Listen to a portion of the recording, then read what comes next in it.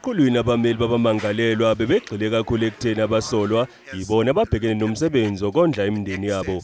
Ngakho-ke inkantolo kufanele ibanike ibheyili kwazise kusaqhubeka uphenyo ngezinsolo ababhekene nazo. Accused, the second applicant in this matter, has 7 children, and they are all staying with him. It then means he is the person who's solely responsible for care of his children. Applicant number 5 is the primary caregiver. She put the circumstances in front of court. She has 2 children from 2 different men, Your Worship.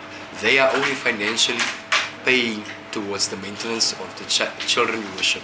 Baphinde babalula nokuthi ubufakazi obethulwe enkantolo okwamanje abunasisindo kwazise buyinzwa bethi futhi izitatimende ezifungelwe zizocutshungulwa uma sequlwa icala.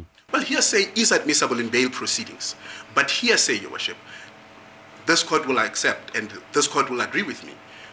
That is not definitive evidence. It cannot be allocated the same value as proper evidence that is first-hand evidence. It's hearsay evidence. It is admissible in bail proceedings, but in no way will it then be said to be the gospel truth. Babalule nokuthi okumqoka ukuhlonza ukuthi ngabe abasolwa bazokweqa okanye bazophazamisa uphenyo uma bededelwa. The purpose of bail is to find out, is this gentleman likely, or this lady likely to come back to court? Is this person not going to commit further offenses? Iqala ke lihlehliso lomhla zingama-29 kwephezulu ukuze ijaji lizokwethula isinqumo. Izindabeni ze-SABC nginguNqubeko Nzimande.